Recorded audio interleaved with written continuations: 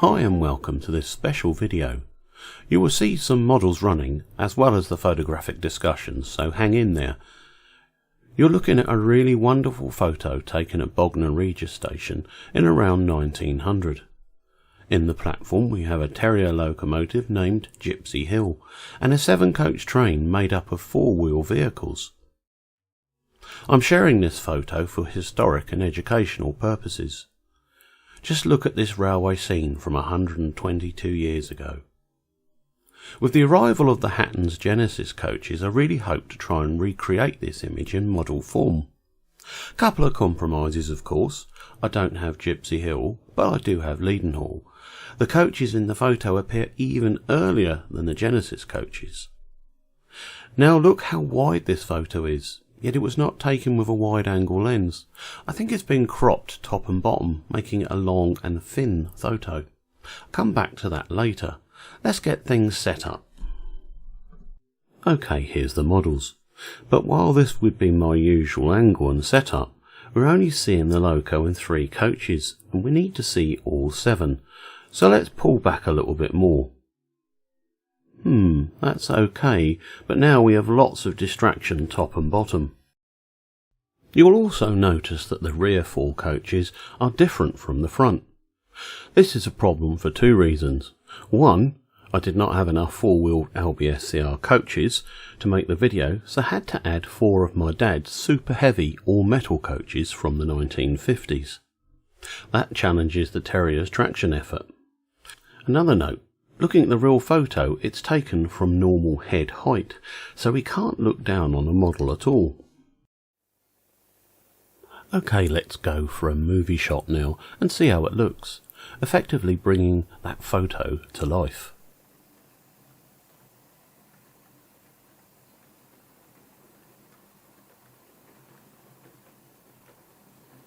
Okay, we are getting there, but I'm sure you noticed the E4 at the rear of the train helping the Terrier. The Terrier just can't manage it on its own due to those heavy metal coaches, so she certainly needs the help of her big sister, but that does nothing for our task of recreating the photo. The answer is some careful video editing and cutting. Let's give it a go.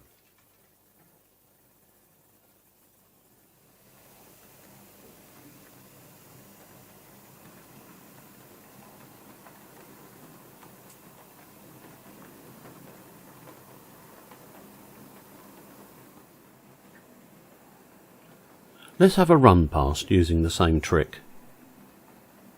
So just as before, this is made up of 2 trains.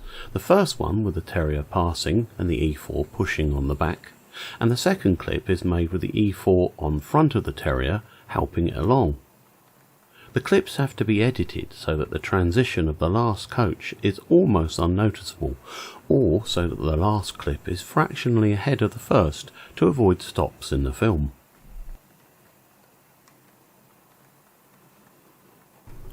Now I've left the E4 in shot a few times so that you can see her and what's going on.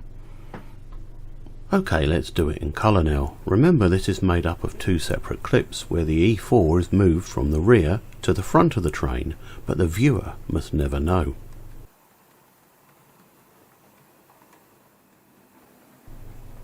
Okay, I said there were 2 photos, and indeed there are. You're now looking at a wonderful image of a Terrier again, bringing another 7-coach 4-wheel train, plus some kind of bogie coach on the front, off the Bognor branch to the up line at Barnham, my home depot now. This is not such a wide image, so maybe it will be easier to recreate. Not really. Once again, I'm sharing this image with copyright expired and for historic and educational reasons. So the first concern is to find a location on the layout that looks a little like the junction the train is on. I'm very limited on my layout, so the exit from the yard is the only possibility. However, once again, we can see the whole train in the original, so I'll have to remove some of the buildings and scenic items. I've replaced the metal coaches with some of Hatton's 6-wheel coaches, so the Terrier is now able to cope with the train. Let's attempt to recreate that photo and add some movement to it. Okay, it's not great, but kinda captures what I'm after. A problem with the focus has cropped up.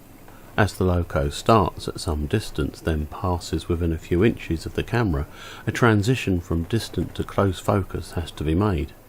I use manual focus, so I made 2 passes and stitched them together with a short crossfade transition to keep the focus as long as possible. Model railways is all about compromise, so let's forget the junction and try the train on my outer track and see what kind of view we can get. Ah, that's more like it. Monochrome has to be done within the video editor now. Hyperfocus was used. This means I focused on the midpoint between maximum and minimum required focal range, which with a small f11 aperture should give a depth of field that works.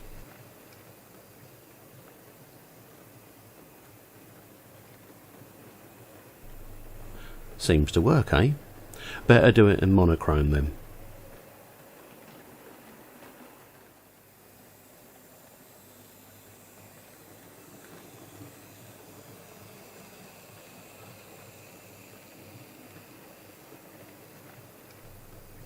Alright, so what do you think? Did I get at least close to my goal? Hope this has been of interest. Stay tuned for much more soon.